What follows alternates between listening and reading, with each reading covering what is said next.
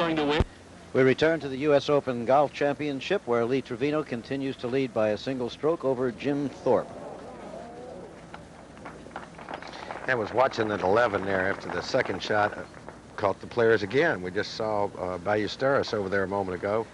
Nice bunker shot. Suddenly everybody in the sand here. The wind must really be kicking up out there, as Schroeder indicated. Well, as John indicated, you're down. You can't feel it below the tree line. You want to start it out and maybe play a right to left into the flag with the pin on the left side of the green. And the wind keeps you from doing that. It's Hal Sutton at 13. He's got to pitch over the bunker. It's downhill and then straightens out. It looked like he sculled that a little bit. Hold it. Stays on the putting surface, but that's about all. Sutton playing with Trevino and Seve Ballesteros. A very interesting group. Trevino the leader, Ballesteros in contention. So is Sutton, as you see, at even par.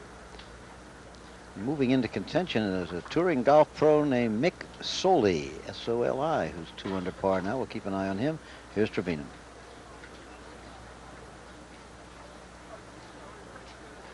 Oh.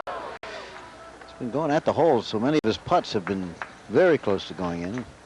I'm a little surprised that ball got away from him so much, Jim. He'll have a long putt for his par to remain at 4 under.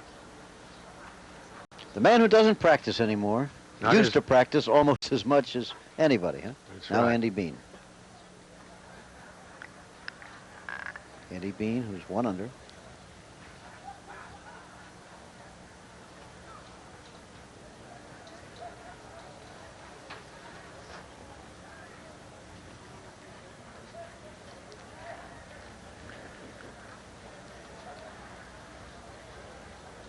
Taking his time with that one.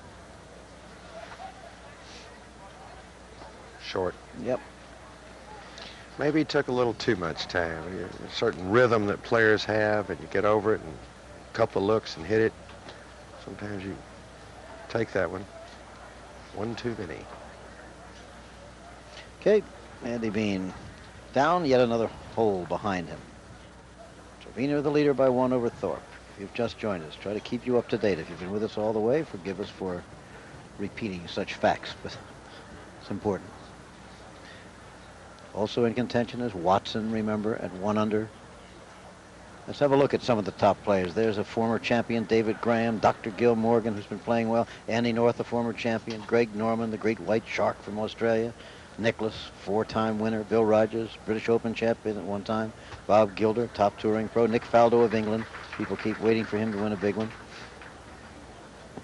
He's a fine player. He doesn't get the credit he deserves, I feel like, that he had the chance to win at Augusta this year and got a little messed up on the front 9. Ray Floyd still looking for his first Open win. Johnny Miller with the 63 11 years ago. Lanny Watkins, former PGA champion. Peter Jacobson had recently had his first win on tour. John Mahaffey, former PGA champion. Fuzzy Zeller, Tom Kite, and Gary Player. Now Trevino for the long par attempt, and that's much too short. Frank Hannigan, the senior executive director of the USGA, is with us. Now, Lee did not actually qualify to play here. How did he get here, Frank? Well, the USGA reserves the right to issue certain exemptions, and Trevino is a 2-time champion who can still play, didn't meet any exemption categories, and besides, we like him as a golf announcer. All right. Long putt for the birdie.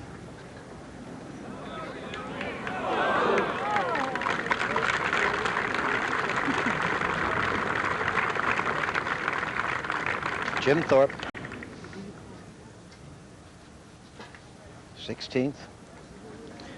He's in the long voyage home right now. 16, 17, and 18, all well over 400 yards. Today, though, with the wind. Normally, they'd be against the wind, wouldn't they, here, Dave? Prevailing wind is, yes, against 16, 17, 18. It's kind of out of the right and maybe even helping a little at the last 3 holes. Watson needing this for a par to remain at 1 under. Oop. So he'll drop back to even par. 5-time British Open champion, and of course had one dramatic victory in the U.S. Open 2 years ago at Pebble Beach with the shot heard round the world. A little pitch that went in the hole on 17 on the last day. Moves right along. He trots, he doesn't walk. Very fast, and swings the same way.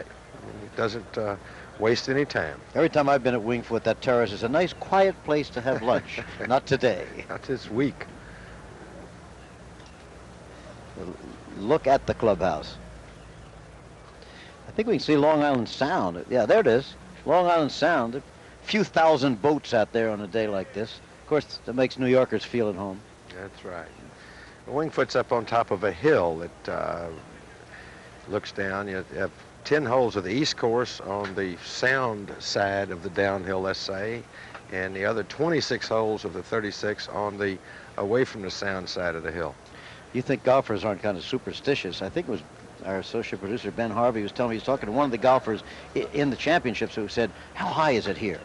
And he said about 150 feet. He said, seems to me the ball travels further.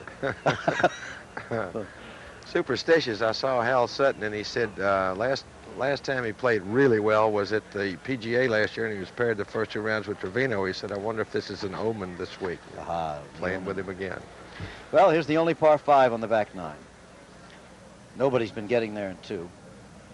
It just doesn't seem to play that way. Again, your weather conditions, your wind conditions, as Jay Siegel. Got a fine performance so far by the He is a good U.S. player. Amateur champion. Yeah. Good player, Jim. To win the U.S. Amateur back-to-back, you can play. Great platform with those size 14s, as Peter, I think, indicated a while ago. But he's got a beautiful rhythm. Yep. Doesn't get hurried. Plus, he won the mid-amateur, too, last year. That's right, the one for those 25 years of age or over. Siegel, one of the last of the really true amateurs, an insurance executive from Berwyn, Pennsylvania. Larry Nelson, the defending champion, having plenty of problems here. And that was certainly a better swing and not as quick as the one he made at number 9. See where the ball goes, but just seems to be something wrong with him out there today. Hit that triple bogey, went to 6 over. And earlier, disastrous round by Ben Crenshaw, shot 80. Jim Thorpe for his par, and he's safely in, remains 3 under. Now Tom Watson, who is now back at even par.